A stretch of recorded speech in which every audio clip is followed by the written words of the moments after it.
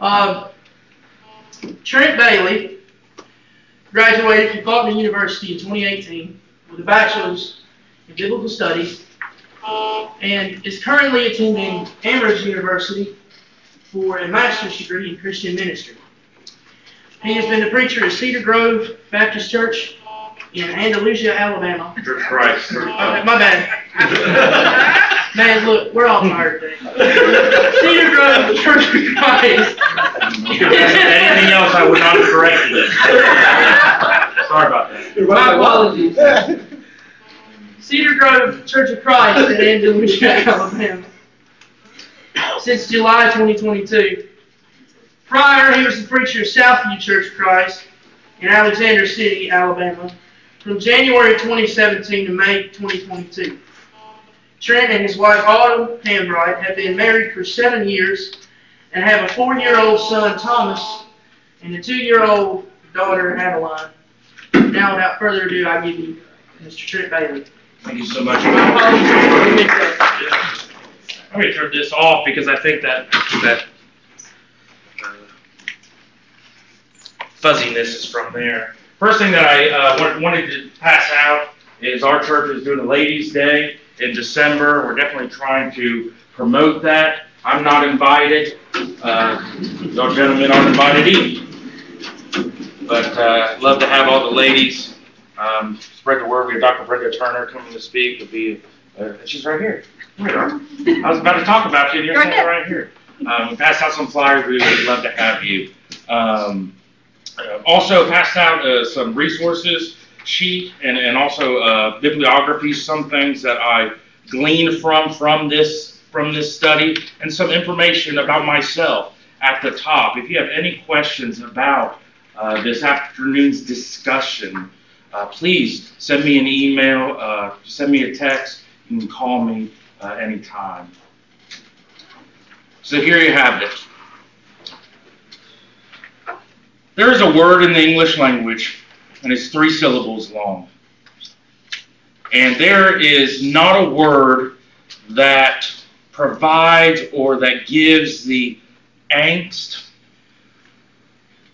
that gives the anxiety, that makes one solemn as the word suicide. That's what we're going to discuss today. And it is indeed the most taboo subject. This afternoon, we're going to primarily look at the Bible and suicide. That was originally going to be my title, but we decided that this would be a little more eye-catching. Suicide, the most taboo subject. But before I go on with my presentation, I will say that there are a lot of things that all of us can wholeheartedly agree on in unison and in harmony. This subject might not be one of those. Actually, I know it's not one of those. We're going to look at some answers from some surveys from people that are of very similar mind, and there are different opinions. You might be hearing something from me today that you don't feel is right. You might hear something from me that this afternoon that you might disagree with. And that's okay. But what we can do and what I hope to do today is look at the examples of this situation, this occurrence, suicide, but also then the ethics of suicide. First, the most important part is some resources as I passed it out. Number 1, 911. When maybe you are in a situation where you feel like you're suicidal or you're with somebody that is suicidal, it is not the time to underreact. It is always an appropriate time, if need be, to call 911 if you or someone that you know is suicidal. That is the hotline, if you will. But then we also have the lifeline, 988. You can call that number. You could also text that number if you or somebody that you know is having suicidal thoughts. We also have people here at Faulkner University that are willing to help. We have Michelle Bond, the Director of Counseling Center, with her phone number, and also Steve Wages, the Director of Cloverdale Center for Youth and Family, and that information is in the handout that you have. So here we have the Jenkins Institute survey. We're going to look at different answers that were given out. This survey was done about a few months ago. And if you know anything about the Jenkins Institute, they're actually here, as a matter of fact, out of Leicester Chapel doing presentations. But what it is that we have approximately 270 individuals that have responded. And most, if not all, of these people are members of the church and are mostly preachers or have some type of role in a church. So this is definitely individuals that are of like mind. However, we will see that there are different answers. Have you personally known someone that committed suicide, someone that took their own life? Now, I'll have to be honest. You know, yes is 75.9 and no is 24.1. But there's one word about this question I might change, because that word personally, it's like, well, what does personally mean? How personal does it need to be in order for me to answer yes? But look at this number. Yes is 76% of people know somebody personally that took their own life. And think about, so you got these 270 and how this represents maybe 270 churches. And they know 76% of them know somebody personally that has taken their own life. How many percent of sermons and classes and lessons do we hear about suicide? Tell you what, it's not anywhere near 76%. We go on. Do you believe that suicide is a sin? Someone that is willfully and takes their own life, is it a sin? There's some things that are very interesting about this. And as I mentioned earlier, we might all have different takes on this subject. Look at this, 52.6%. The majority, just slightly a majority, sometimes, but not always. Do you believe that suicide is a sin? 52%. Sometimes, but not always. Next, we have downright yes, 25%. You believe that suicide is a sin? 25%, yes. Next, we have 11.6%. Flat out, no. Suicide is not a sin. 11.2%, most often, but not always. Do you believe that someone can commit suicide and still go to heaven? This is a question that people have. This is a question that people have deep down into their heart and mind, but they don't want to ask it. And here we do. We asked it. Do you believe that someone can commit suicide and still go to heaven? 90% said yes. You know, when studying on this subject, I noticed that about 50, 75 years ago, it would have been almost 100% no. But things have changed. Do you believe that someone can commit suicide and still go to heaven? 90%. 90% of preachers of the Churches of Christ believe, yes, you can still go to heaven. Has anyone in your congregation you have preached at committed suicide while you were preaching there? It can't get closer than that for a preacher. There's 31%. 31% said yes, someone at their congregation while they were preaching committed suicide. So you have to think, 270, I've never been good at math, that's why I became a preacher. But, you know, there's three types of people in this world, those who can count and those who can't. So here's the thing, 31%, the rest of y'all will get that later this evening. So here's the thing, 271, what's 31.7% of 271? It's about 86. 86 congregation, and that's just people that have answered this. There's 86 congregations out there that have had somebody take their own life that was a member of the church. They're on the directory. They worshiped there. Has anyone in the congregation you've preached at ever committed suicide while you're preaching there? 31%. That is a big problem. It's 31%. And as I mentioned earlier, you know, do the ratio. If 31% of churches out there are dealing with the most atrocious situation, don't you think that we should address it? I think we should. And that's why I selected talking about this topic today. Okay, so now that we've looked at those statistics and those questions, we're going to look at specific examples from the Bible that talk about suicide and that encounter. So this is an illustration of King Saul, and usually that is one that people think of. We'll look at a few others, of course. We'll look at all of them, as a matter of fact. First, we have Saul. 1 Samuel chapter 31, verses 4 and 5. Take my picture. Oh, you're taking notes. Yeah, sorry. Psalm chapter 31, verse 4 and 5 says, Then Saul said to his armor bearer, Draw your sword and thrust me through with it, lest these uncircumcised men come and thrust me through and abuse me. So here he is seeing that he is about to be defeated. The end is coming, and he knows what they do to kings. When a king is captured, they're mocked, they're ridiculed, they're dragged naked all throughout the street, they're tortured. And he says to his armor bearer, which was very common, if you were a general or a commander of the military, or if you were especially a king, you would have a personal assistant, an armor bearer, to do exactly that, carry your armor. And he looks to his armor bearer and he says, Draw your sword, thrust me through with it, lest these uncircumcised men. So there it is. Not only is he worried about being killed, these Gentiles to kill him, but his armor bearer would not, for he was greatly afraid. You have to think that his job wasn't only to be an armor bearer. He was the closest person to the king. If the king died or if the king is killed, that goes on him. But his armor bearer would not, for he was greatly afraid. Therefore Saul took a sword and fell on it. He took his own life. He committed suicide.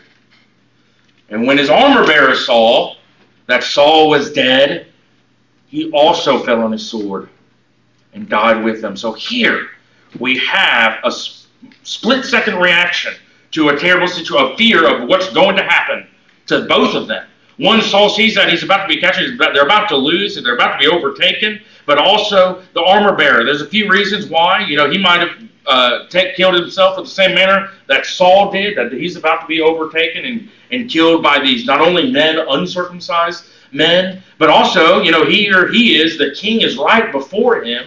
He just witnessed somebody else kill him, and you might think that was his only option, to kill himself as well. Two examples of suicide in the Bible, Saul and his armor bearer. Or maybe some that we're not too familiar with. Ahithophel. And I practiced that 10 times before I got here today. Ahithophel. Ahithophel. Say that 3 times fast. 2 Samuel chapter 17, verse 23. Now when Ahithophel saw that his advice was not followed, so a little backstory. Ahithophel was right-hand man of David, but he went against David and started following Absalom, his son, and was trying to support Absalom to become king. But he found out that didn't happen. So when Ahithophel saw that his advice was not followed, he saddled a donkey. Now look at this. This is a little different than Saul.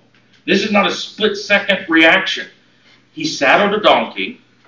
He arose, went home to his house. So it took time to travel to his home, to his city. He went to the next city. Then he put his household in order. This is a premeditated taking of one's life.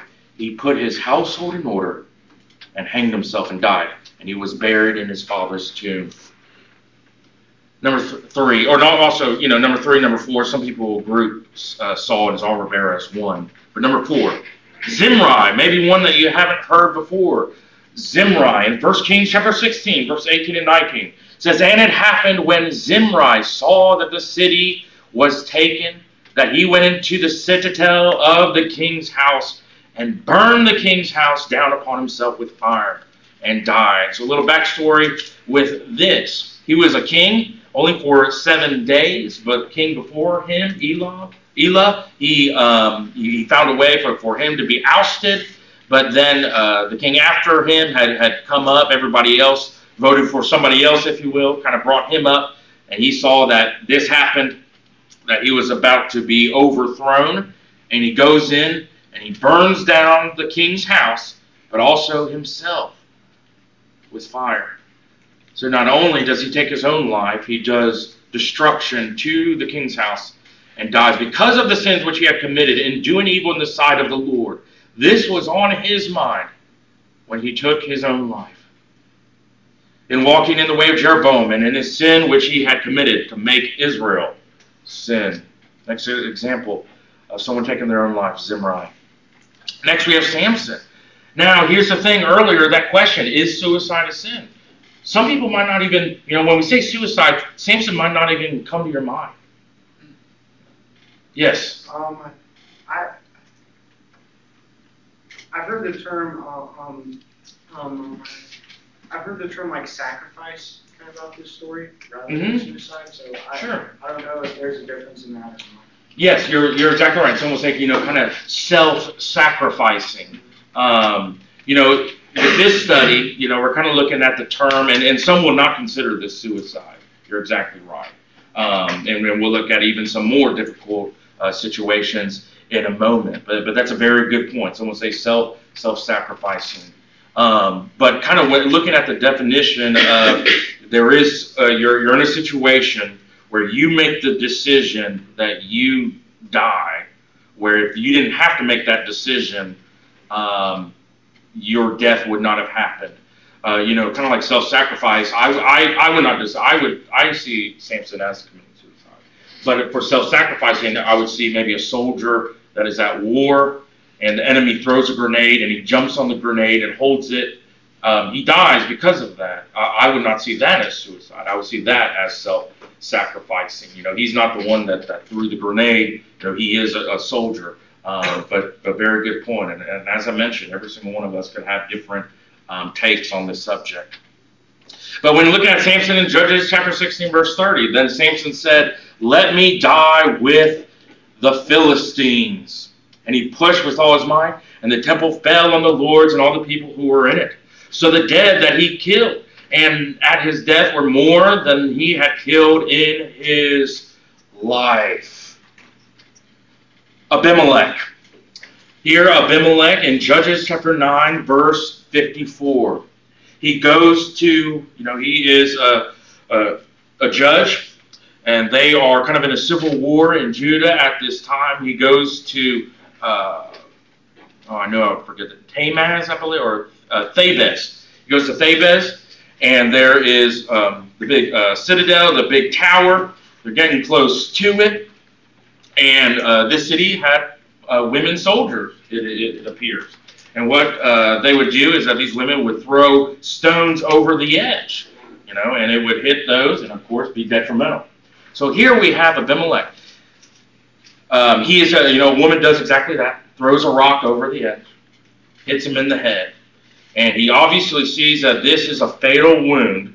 It could not have been so fatal where he was dead immediately, but we do see what? We see that because he is coherent, and he does this. Then he called quickly to the young man, his armor bearer, and said to him, "Draw your sword and kill me, lest men say of me, a woman killed me." So he could say here that he saw that it was worse to be killed by a woman than to commit suicide. But, of course, both of this happens. So his young man, unlike Saul, this armor bearer does follow through with it. So his young man thrust him through and died. Abimelech. Next is a unique one. Not yet. What is that? Oh, I know. Sorry. I'm getting ahead of myself. Of course, when we think about suicide, we think of Judas.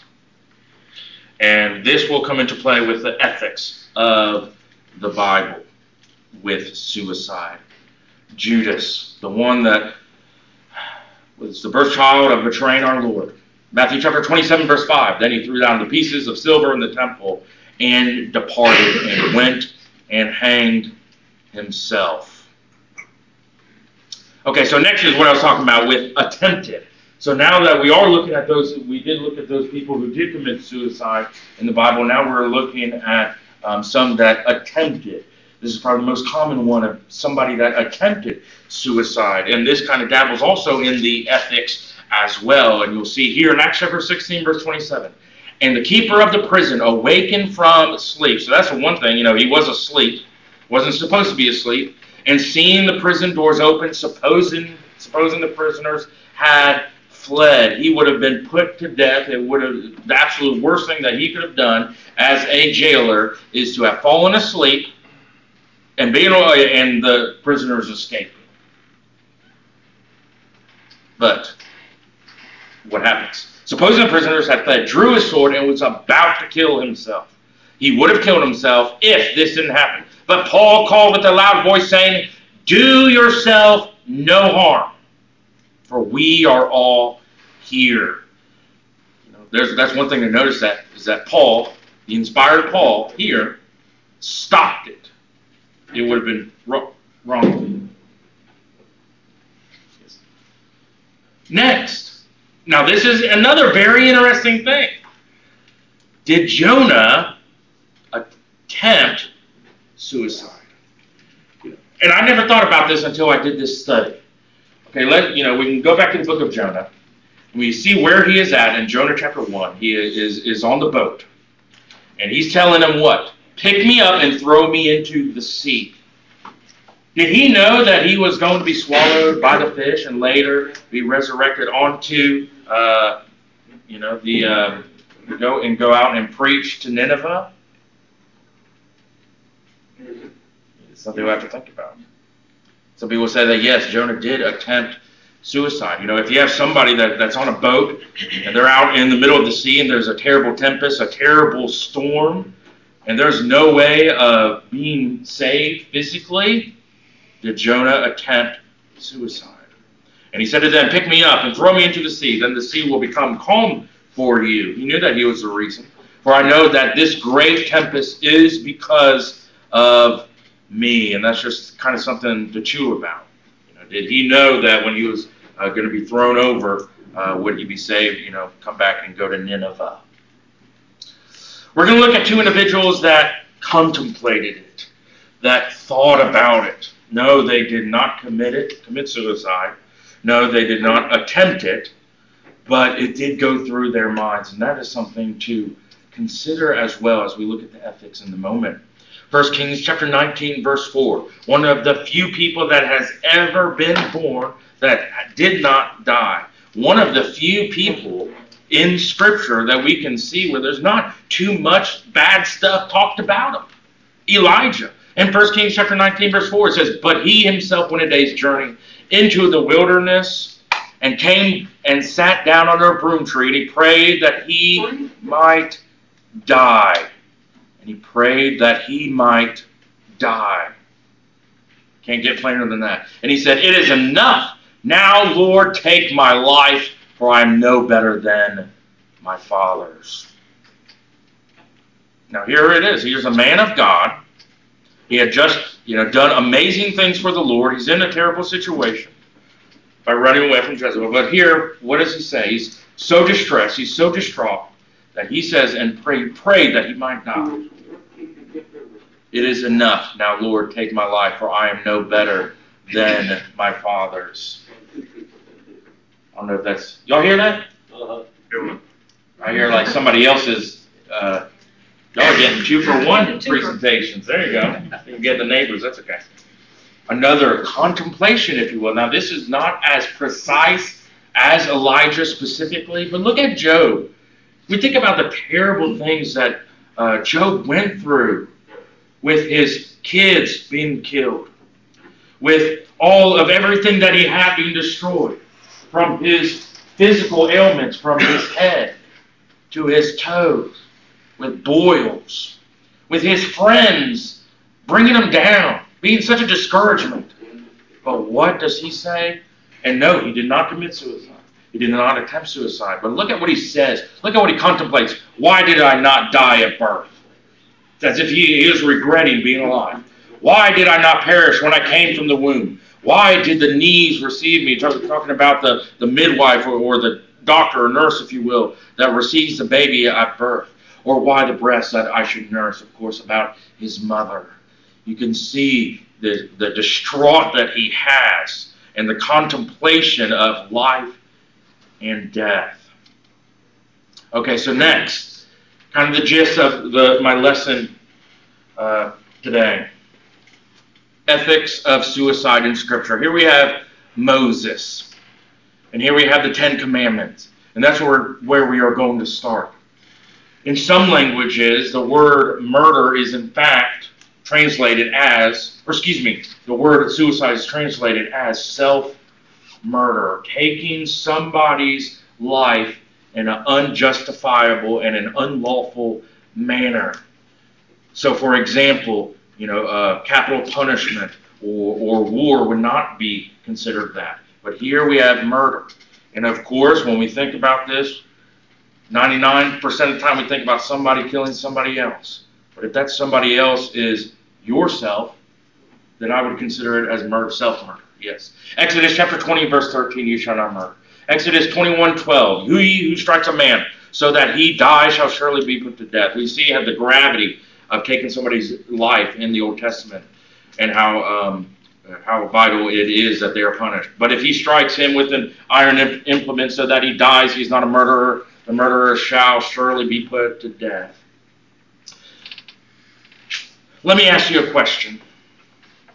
Please raise your hand if before you were born, you decided when you were going to be born, where you were going to be born, and what parents you were going to be born to. No takers? We got one, huh? No takers. That's exactly right. It was not us to us. It was not us to us. Let me try. I'll get this. Hold on. It is not up to us when we were born. In the same manner, it is not up to us when we die. The same one is in control of when we were born, but also when we die. And his name is God. 1 Samuel chapter 2, verse 6, the Lord kills and makes alive. He brings down to the grave and brings up. Psalm chapter 31, verse 15. My times, my life, Lord, my life, the amount of days that I had, the amount of years, months, weeks, days, it's in your hands, Lord. Just as I didn't choose when or where or who I was going to be born to, I'm not going to choose how and when I'm going to die. Deliver me from the hands of my enemies and from those who persecute me. This is a thinker. Suicide contradicts the creation account. We go all the way back to the beginning of time. We go all the way back to Genesis. Before the fall, when everything was perfect, when there was a perfect world, there was no sin, there was no death, there was no suicide.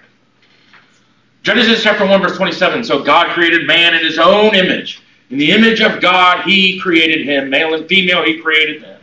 Then God blessed them. And God said to them, now look at all these action words. Look at these verbs, these things of productivity, if you will. Be fruitful and multiply. And again, this is before even sin entered the world. Fill the earth and subdue it. Have dominion over the fish of the sea.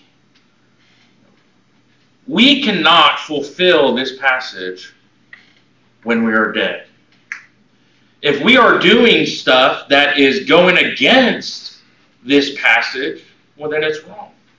And going into a situation or putting yourself in a scenario where you cease to do this, i.e., suicide, well, then that's contradicting the creation account. We think about our life. We think about being active and just doing stuff. All the way from having a job to having a family or worshiping the Lord. You're doing something. Every single day that you have been alive, you've done something. You've been active. We don't need to do something intentionally to stop that.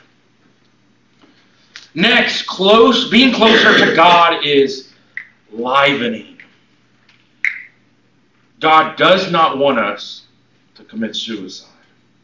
And I say this, and I don't say this comically, but it doesn't mean that, okay, we get on fire for the Lord, and we're reading our Bible, we're spreading the gospel, and then we kill ourselves.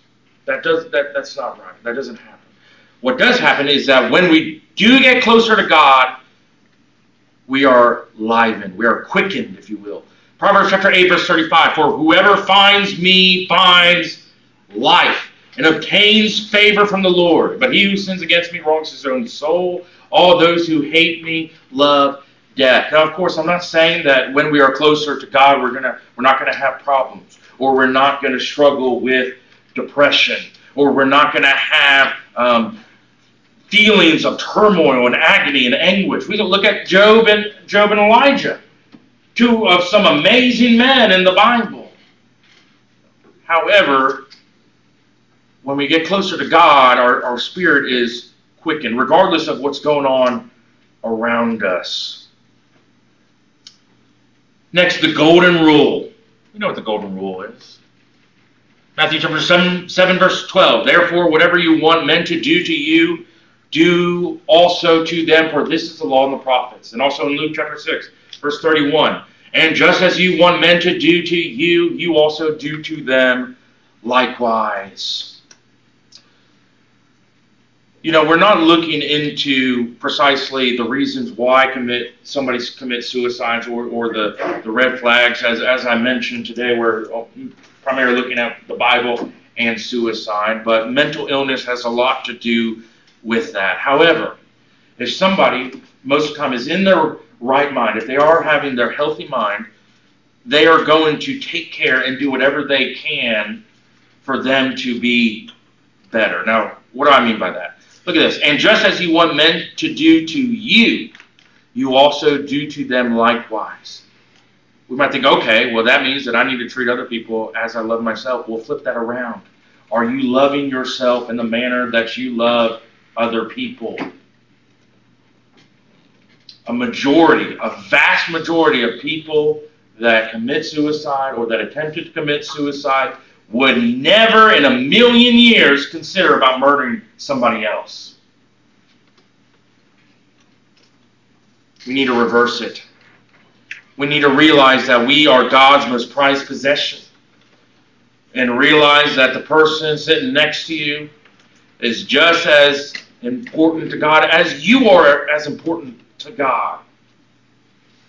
God gave His most prized possession as a sacrifice so that you might live and you might live for Him. You are very loved. You are very special. We got to reverse this golden rule. We are loving others, but we need to love ourselves too. We need to forgive ourselves too. We need to take care of ourselves too.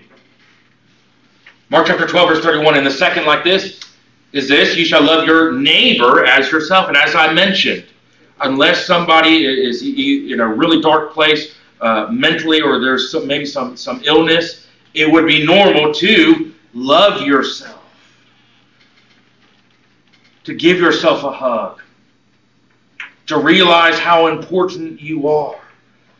And that's a choice, by the way. We choose, okay, I feel like I'm not worth it. Yes, you are. You are worth it. You are loved. You are special. There's no other greater commandment than these. Next is, with ethics in the Bible, enduring persecution. Maybe you're like me, that when I think about persecution, I think about outside persecution coming in. But it could also be inside persecution going out. It could be as if the worst enemy is our own stinking thinking thoughts. 1 Peter chapter 1, verse 6 and 9. In this you greatly rejoice, though now for a little while, if need be, you have been grieved by various trials, that the genuineness of your faith, being much more precious than gold that perishes, though it is tested by fire, may be found to praise, honor, and glory at the revelation of Jesus Christ, whom having not seen, you love. We're going to be experiencing trials and tribulations in this life. And that persecution is there. It might be a literal physical persecution from an outside nation, kind of like what we're seeing in Israel and Hamas.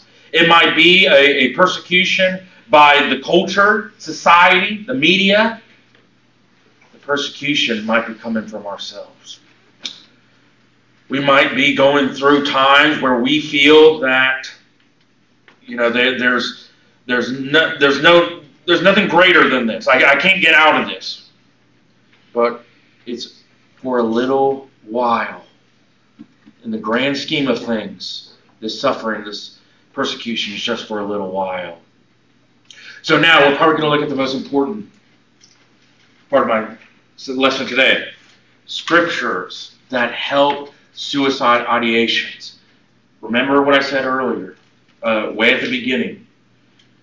The most important thing is to get professional help.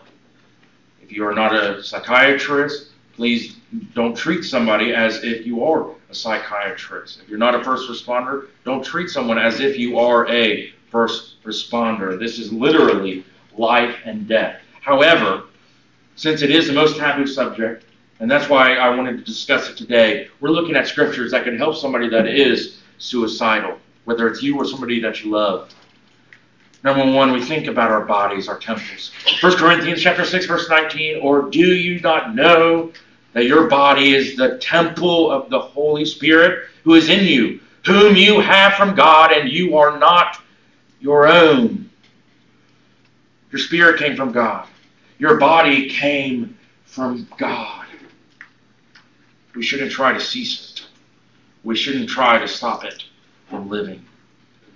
For you were bought at a price. You're not just bones and flesh and blood. You were bought at a price. So what do you need to do? What does every single person need to do? Glorify God in your body and in your spirit, which are God's. It's both. Many times we think of spirit, absolutely. But are we glorifying God in our body? Someone that commits suicide is not exactly doing that. We think about our time on earth. Here's another thinker. Is there a time in your life that if you would have died right then, you probably would not have been on your way to heaven?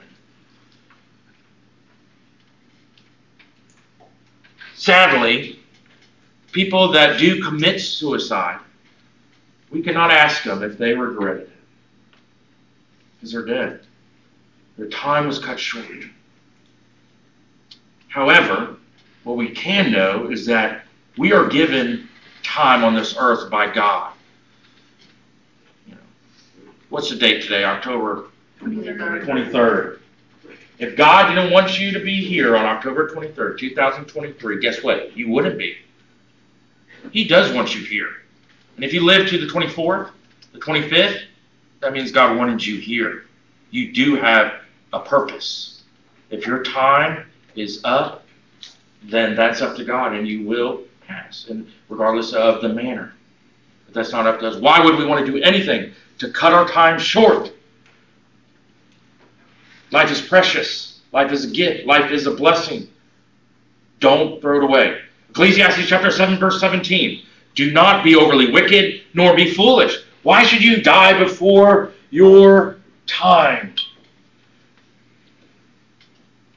We go through such great lengths, the greatest lengths, to prolong our life, don't we? And it makes sense. Probably the most precious thing that we have. However, we would be foolish to do whatever we could do to put that in reverse, to stop it. Probably the most important is that the Lord hears. God is just as powerful as the day that you were baptized, on the day that you were on fire for the Lord, for the most as He was on your absolute worst day of your life. There's never a time that God can't hear. He doesn't take time off. God doesn't take a time that, a sabbatical, if you will.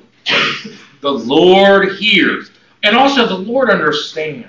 A lot of times if there's somebody that's struggling with suicidal thoughts, that is a mess, and it's as if there's 100 different people in their minds yelling at each other in different languages. Other people might not understand. You might not be understanding what's going on, but God does understand what's going on. He hears. The righteous cry out, and the Lord hears, and delivers them out of all their troubles. The Lord is near to those who have a broken heart. If someone that is suicidal, someone that is depressed, is not having a broken heart, I don't know what is. But what does it say? The Lord is near to those who have a broken heart, and saves such as a contrite spirit. Many are the afflictions of the righteous. That's right. We can be righteous, and we can be looking and contemplating over what life is about, what death is about. But the Lord delivers him out of all of them. He guards all his bones. Not one of them is broken. Here's a big one. Our thoughts are deceiving. This is why it is so important to lead somebody to a professional if someone is suicidal. Because a lot of times what we want to do is apply logic to the situation. Oh, why are you considering suicide? You got so much going for you. Oh, you have your great job. You have your kids. You got money in the bank. You got love from other people. That's trying to apply logic to the situation. But what's going on is that our thoughts are deceiving. That individual, it doesn't matter why they feel this way. But thoughts are deceiving. You know, I look at my 4-year-old. And when a commercial comes on, he's watching Bluey. A commercial comes on, you would have thought that his life was over. He gets angry, he gets upset, he yells at the TV. Now, of course, me as an adult, me in a more mature mind saying, it's just a commercial. Just wait, the show will be back on. But of course, he's a toddler.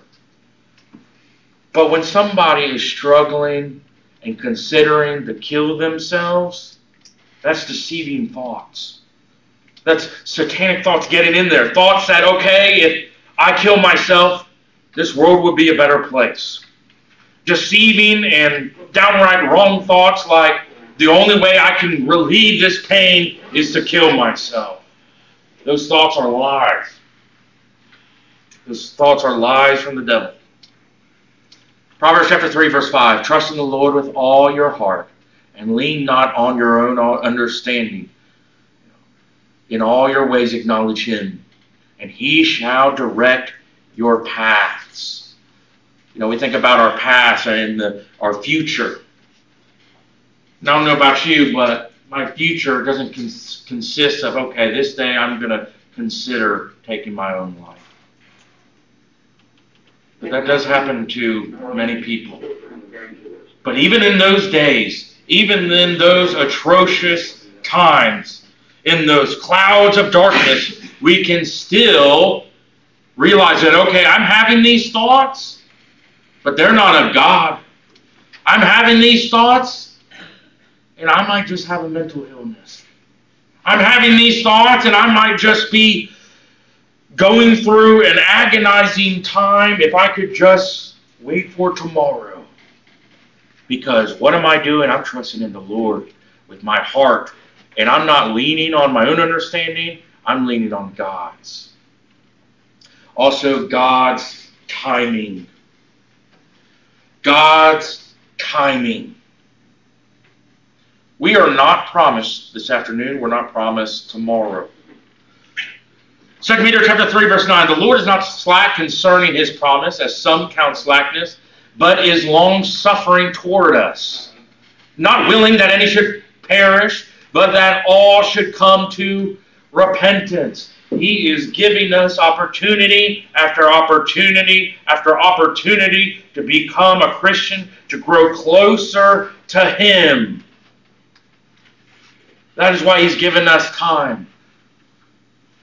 That is why he's given us the opportunity to do whatever we can to grow closer to God. And what's one of those promises that we see? That God will direct our paths. Suicide is not in that equation. God wants us to live.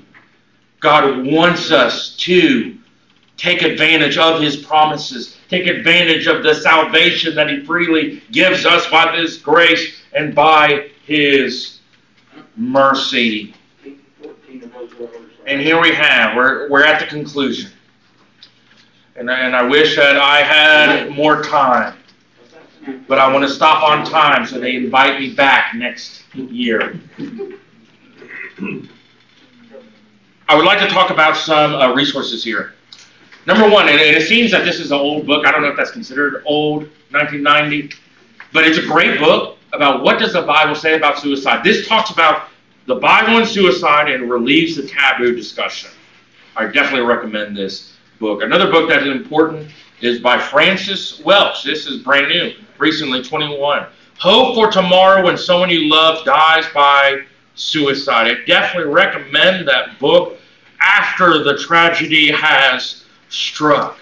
You know, many times, you know, and as we should do more of it, is to talk about the warning sign, talk about how to prevent it. But as we saw, sin enters people's lives, tragedy. Satan is is out there working very, very hard. He is very, very busy. So what does happen? What do we do when it does happen? This is a book to read. I definitely recommend it. Any comments or questions? Like I said, this is a tough subject. You're welcome to email me, text me, call me if you have any questions whatsoever.